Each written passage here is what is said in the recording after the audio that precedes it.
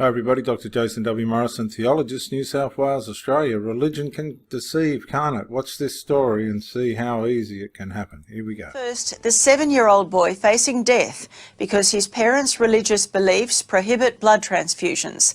The couple, devout Jehovah's Witnesses, acknowledge their son needs a liver transplant, but refuse to consent to him receiving blood. As Jenna Hudson reports, they're headed to the Supreme Court. Supreme Court, goodness. We understand this is very stressing for you, but how can you deny your son the treatment he needs to survive? We are talking about the difference between potentially a child dying or surviving. You could give him the consent to have this blood transfusion. Why won't you? Why can't you? Parents around the country are right now shocked and angry at the heartbreaking determination of this mum and dad. Their 7-year-old son has a genetic disease that's shutting down his liver, and he will die unless he has a liver transplant.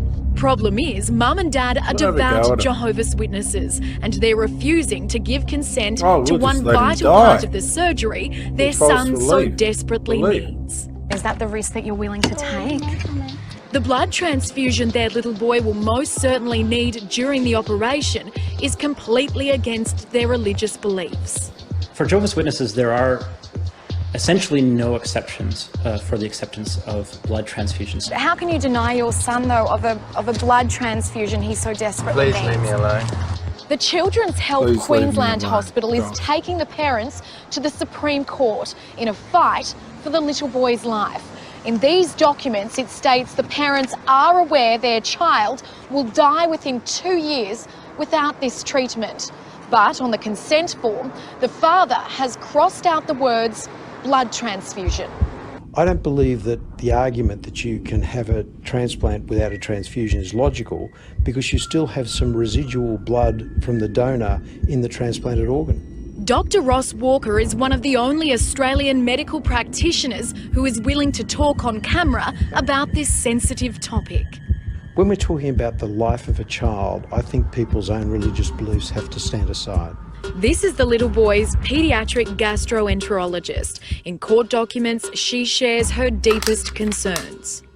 Death is an inevitable consequence of liver failure unless a liver transplant is performed.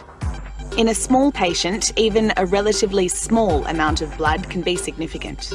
All doctors involved in this controversial and delicate case cannot be interviewed because this medical tug-of-war is still before the Supreme Court. You can't have the transplant without the transfusion in the vast majority of cases. A doctor in the court affidavit also states if the boy has the liver transplant with the blood transfusion soon, he has a 90% chance of surviving for another 5 years and a 72% chance of living for more than 25 years. Doctors also say the sicker the little boy gets, the harder it is to carry out the liver transplant at all. These are very intricate operations, and there's quite a deal of blood loss that goes with the operation. Jehovah's Witnesses believe the Bible commands they must not ingest blood. They say blood represents life and only God is the giver of life. We're told what these parents are fearing is that their child will be polluted, both spiritually and morally. Really not accepting blood transfusions, perhaps even in a situation where it might be a case of life and death, is essentially considered a small price to pay for eternal life. University of Queensland Dr. Tom Eckner is a lecturer in history of religious thought. So these decisions about whether a child will live and die, perhaps regarding accepting a blood transfusion or not accepting, must be viewed in terms of what God would want for that child. In the eyes of a Jehovah's Witness, how would they view this case? I think that Jehovah's Witnesses would see this as the government impinging upon very central and foundational beliefs that they have, that they've based their lives upon. Look, we just wanted to find out, how is your son feeling today? The boy's parents aren't willing to defend their decision, which could ultimately kill their son. He could die without a blood transfusion. Is that the risk that you're willing to take? It's my opinion that religion should have no role in the operating theatre. We're talking about life and death situations as opposed to someone's personal philosophy, especially when you're inflicting that personal philosophy on your child. Are you willing to sacrifice his life for your religion? Is that what it is? I said leave me alone.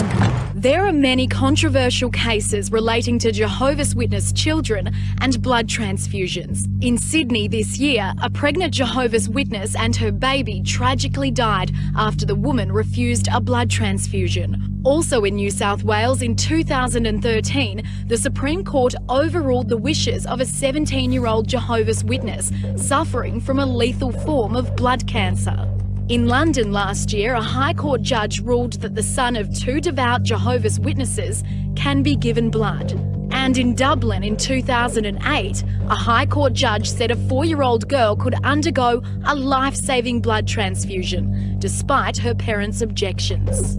I don't believe that Jehovah's Witnesses are irrational people. I don't believe that we can just simply label them as good or bad. It's not that black and white. And I think in that situation, we've got to do what's best for the child. Is your religion more important to you than your son's life?